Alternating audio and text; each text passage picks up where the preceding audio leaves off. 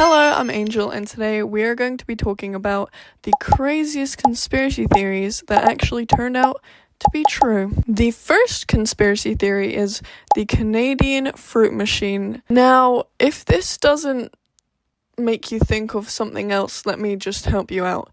It's basically a gaydar. In the 1960s, the Canadian government came up with a device and a series of weird tests which were made to identify gay men. And this was literally so they could discriminate against them. Now, this was mainly made to identify and remove gay men from government roles, specifically the military and the law enforcement.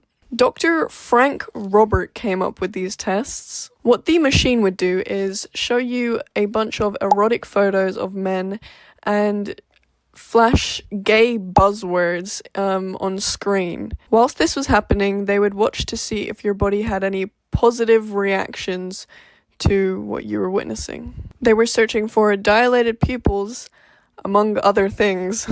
Now, this whole shebang was ineffective, obviously, but it was taken very seriously. This led to many men losing their jobs and a huge rise in suicides. The whole idea of the device and the tests got discontinued in the late 60s. The fact they even thought to come up with this is just genuinely insane. I'm shocked. I was shocked when I found out about this, when I wrote my little notes down, yeah, what? Now, not moving on from homosexuality, the next thing is the gay bomb. This was a non-lethal chemical weapon theorized by the US military, specifically the Air Force. The idea was to release it on enemy territory. It would spread a chemical mixture of gas that would turn enemy troops gay. What this was they actually dispensed sexual pheromones that generated mutual attraction to one another of the enemy soldiers. Now, the goal was not for them to be bumming each other in the tents and on the battleground, but the goal was to cause confusion and panic, reducing effectiveness on the battleground. For people so homophobic back then, they were really obsessed with trying to make each other gay. What? The next conspiracy theory is Project MK Naomi. This was a collaboration between the CIA and the USA Department of Defense. It went on for almost 2 decades, from the 1950s to the 1970s. The goal was to gain a deeper knowledge on biological and chemical warfare weapons. Basically, what would kill people and what would do whatever to people. They had a list of chemicals and a list of reactions, and some of the reactions would include irritation all the way to death. But what the CIA really wanted to focus on was unique delivery for chemicals. They had a thing called dart guns, which were guns filled with chemicals, and it speaks for itself, doesn't it? One of these guns was called the heart attack gun. It would basically shoot out a dart, which would cause a heart attack on the victim, and it basically made a intentional death seem like an accident. This was extremely useful for spies in the Cold War. The next conspiracy theory that was actually true is... I must be reading this wrong. Fake Cuban terrorist attacks. In 1962, during the Cold War, the USA had tensions with Cuba. This was because Fidel Castro had risen to power in Cuba and was a supporter of communism. They were also friends with Russia, which was another country that the USA had tensions with. Russia had decided to store nukes in Cuba because the USA had stored nukes in Italy and Turkey. But obviously the USA didn't like this, so they came up with Operation Northwoods. The plan was that the government would carry out a series of fake terrorist attacks on the USA military and American civilians. What they were doing this all for was to blame Cuba for the terrorist attacks so that they could justify going to war. Some of the things they were planning to do was hijack planes, bomb US cities and sink boats. Obviously, none of these happened. JFK rejected this plan because he thought it would cause a large-scale war against Russia and obviously was not ready for that. Now listen, I know I have a lot of American subscribers, but guys, your government, man, oh man, England's isn't great either, but the American government is fucked up.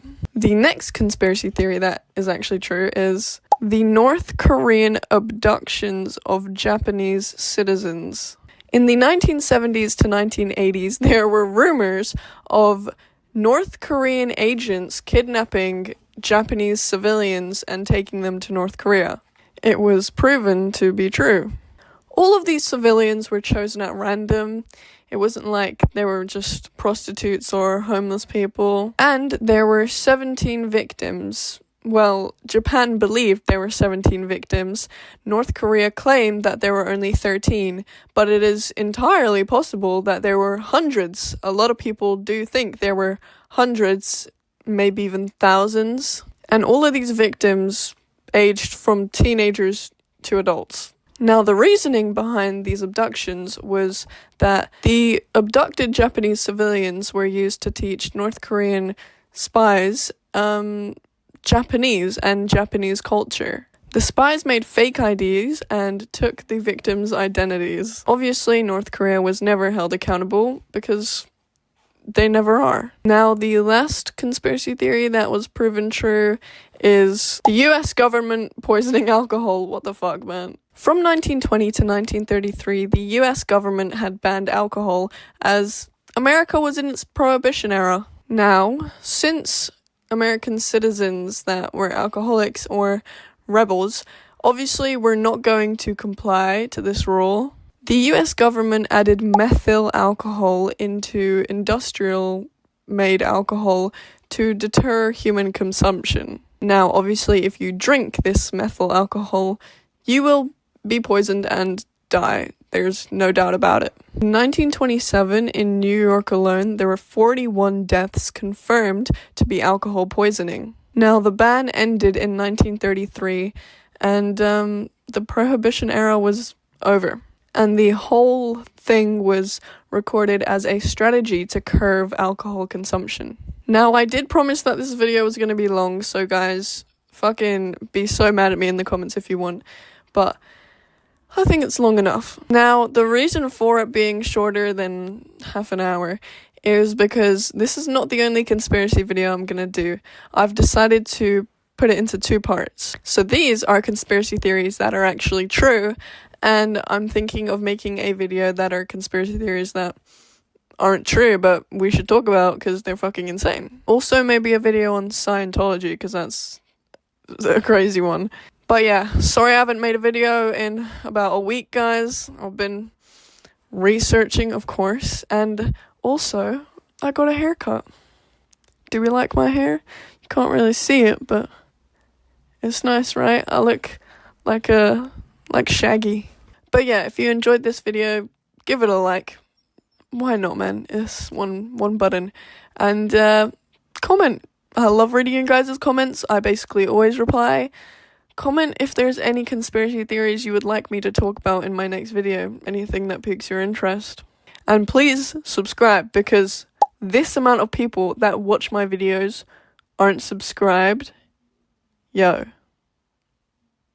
That's crazy. That's actually crazy. How dare you come here and rewatch this shit and watch this shit without subscribing? Leave or subscribe. Anyway, yeah, thank you guys for watching. I love you all so much, and I'll see you in the next video.